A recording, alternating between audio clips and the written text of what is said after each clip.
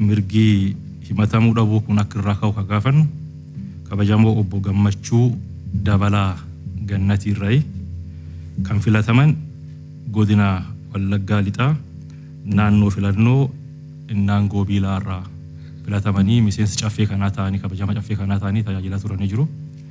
Kabajamoon kun yakka cimaa fi naamusa cimaa raawwachuu isaaniitiin eeruun gara biiroo abbaa alangaa dhufee qorannee tarkaanfii fudhachuu irra geennee jirra.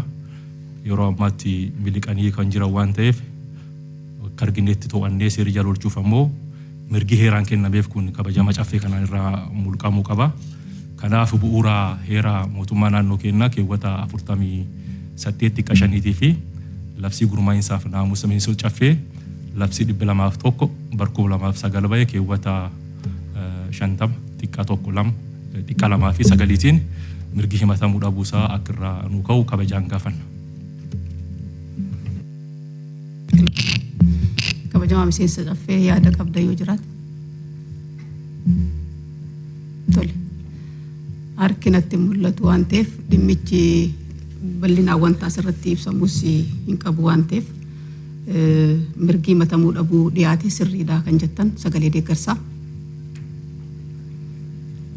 Sagalee deeggarsaa. Alakkaawamu. Waan ifan taanetu jira.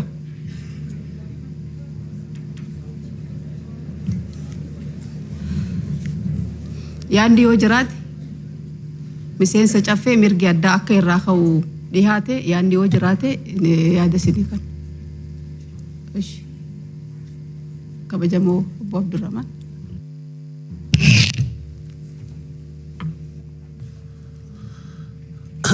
Yaanni dhiyaate mirgi addaa mirgi himatamuu dhabuu irraa ka'uu ka jedhu nuu ifee sirriitti nu banne namni cal jedhee harka baasuu rakkate.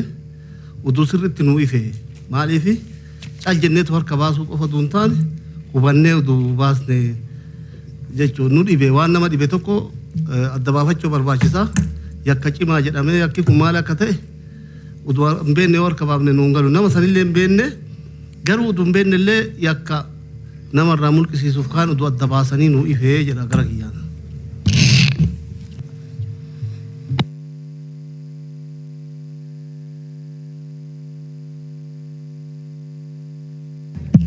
Wanni baay'ee waan asirratti ibsamuu mi waan ta'eef abbaan alangaa waliigalaa haasaniitu jiru.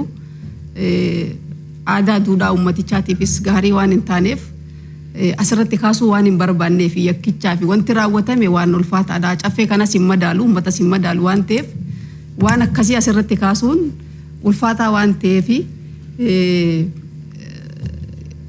dhimmichi isaa immoo warri beeku sirriitti beeka. Kana caalaa immoo dhuunfaadhaanis wanni adda bahuu jiraate mirkaneeffachuu dandeessanii gochichi garuu waan asirratti dhiyaachuudhaafis ulfaataa ta'uu fi sadarkaa sanitti kan dhiyaate yakka cimaa akka ta'ee fi rakkoo naamusaa ulfaataa akka ta'e immoo kaasaniitu jiru jechuudha. Kabajamoo obbo Guyyoo wanti dabaltanuu. Galatooma gaafii ka'ee kabaja qabaa fi garuu yoo tokko yakki qoratamu kun baay'een isaa asitti ibsuufis tokko yakki kamuu aada malee yakki kamuu safuu cabsa. Garuu yakkoota kabaja caffee kanaallee hin madaalle ibsuun namaatti ulfaatu jira. Miseensonni caffee akkasitti akka naa hubatan jedhanii asii ibsuufuu yakkoonni tokko xiqqoon ulfaatu.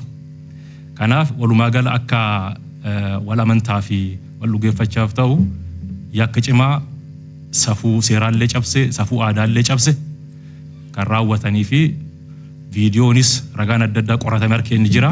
Kanum nuu hubadhaati yoo mirgi himatamuu dhabuu irraa ka'ee nu mirkaneessan jedheeti yakka jabaa raawwata waan ta'eef kanum jechuu barbaada. Mirgi himatamuu dhabuu caffeetti waan dhiyaateef kan ka'u miti.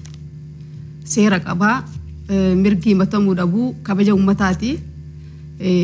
Gochisaa yakkis cimaa ta'uu fi ragaadhaan kan mirkanaa'e ta'ee sadarkaa kanatti dhufa malee akka gaafiin akkasii jiruun silaa baay'eetu dhiyaata. Garuu of eeggannoo guddaadhaan dhimma ragaadhaan deeggaramee fi qabatamate garuu immoo miseensi caffee biraatis irraa barachuu qabu dhimmoota akkasiiti kanasitti dhiyaatu waan humnaa olii akkuma kaasan kana waan ulfaataa fi kaasuufis namatti hin tolle baay'ee waan jiruuf sadarkaa caffee kanaas kan hin madaalle ta'uu beektanii mirgi addaa himatamuu kun irraa ka'ee seeraan gaafatamuun isaa namoota biraatis barsiisuu danda'a miseensi biraas irraa barachuu waan danda'uuf akkasitti hubatamee yoo mirkaneessinee gaariidhaa kajuun qaba.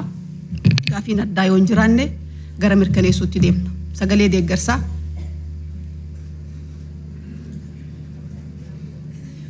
Buusaa. Miseensa sagaleen kanneen lakkaa.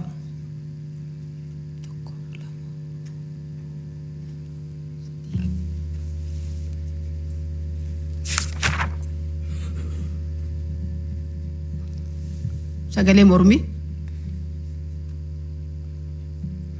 Sagalee mormii natti mul'atu.